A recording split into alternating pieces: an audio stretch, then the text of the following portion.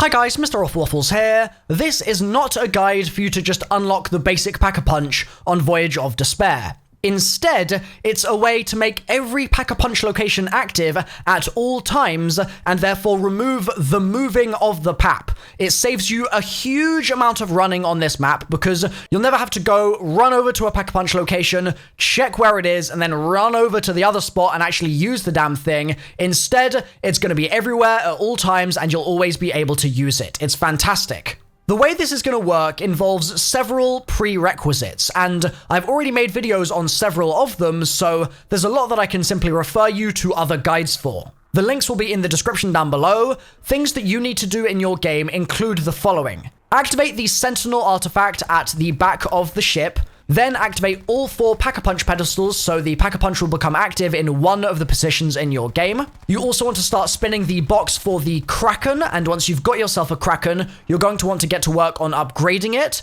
When I say upgrading it, you need to get both an elemental upgrade on it and the actual Pack-a-Punch. So put it inside the Pack-a-Punch machine, spend that 5k points, and then, depending on if you upgrade it to elemental before or after papping, it will cost you 3 or 6k to do that.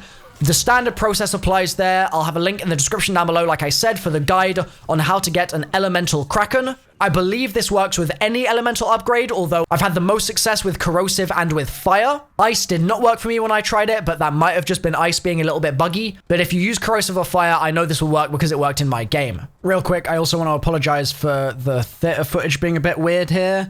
I had a load of theater glitches going on and I couldn't sort it out without the game crashing and blue screening, so sorry that like the HUD is weird and stuff like that. When you have your elemental Kraken and you've upgraded it in the Pack-a-Punch machine, bring it down to the engine room. In the engine room, there are 4 silver pistons which you need to shoot with your elemental papped Kraken. Now, you can't just shoot them anywhere. It needs to be a specific shot, as I am showing you in the gameplay right here. When you do this, the ship will kind of tilt, you'll get a sound cue each time, and that is a sign that you are doing this correctly. You'll also have smoke starting to spew out of the shot pistons. When you've shot all 4, you'll have lights above you in this area start to flicker. Not all of them will flicker, a lot of them will be already on or off, but there will be some that are flickering. This is an indication of which levers we need to turn down below on the ground floor of this engine room. Each piston has 3 levers on its front side, 3 levers on its back side, and at each trio of levers,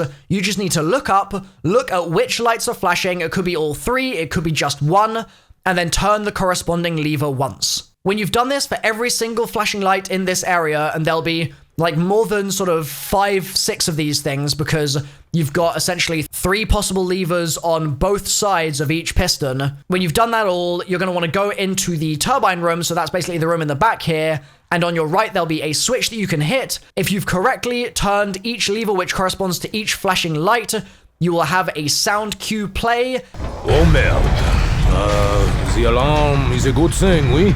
And you will then have the Pack-a-Punch activate in every location on the map. I want to be clear that I am not taking any credit for solving this Easter egg. This has been leaked by the member of the Treyarch QA team who was just fired and has since been talking about the fact that he feels like he was mistreated on Reddit, and these are the Easter egg steps that have kind of come out as a result of that. It's definitely not something that I want to pretend to take credit for. I have not solved this Easter egg, but if you guys have enjoyed the video itself and the guide, then please feel free to drop a like on it and subscribe for more Call of Duty Zombies Easter eggs in the very near future. Thanks for watching, guys. I've been MrRoflWaffles. I'll hopefully see you all very, very soon. Bye for now.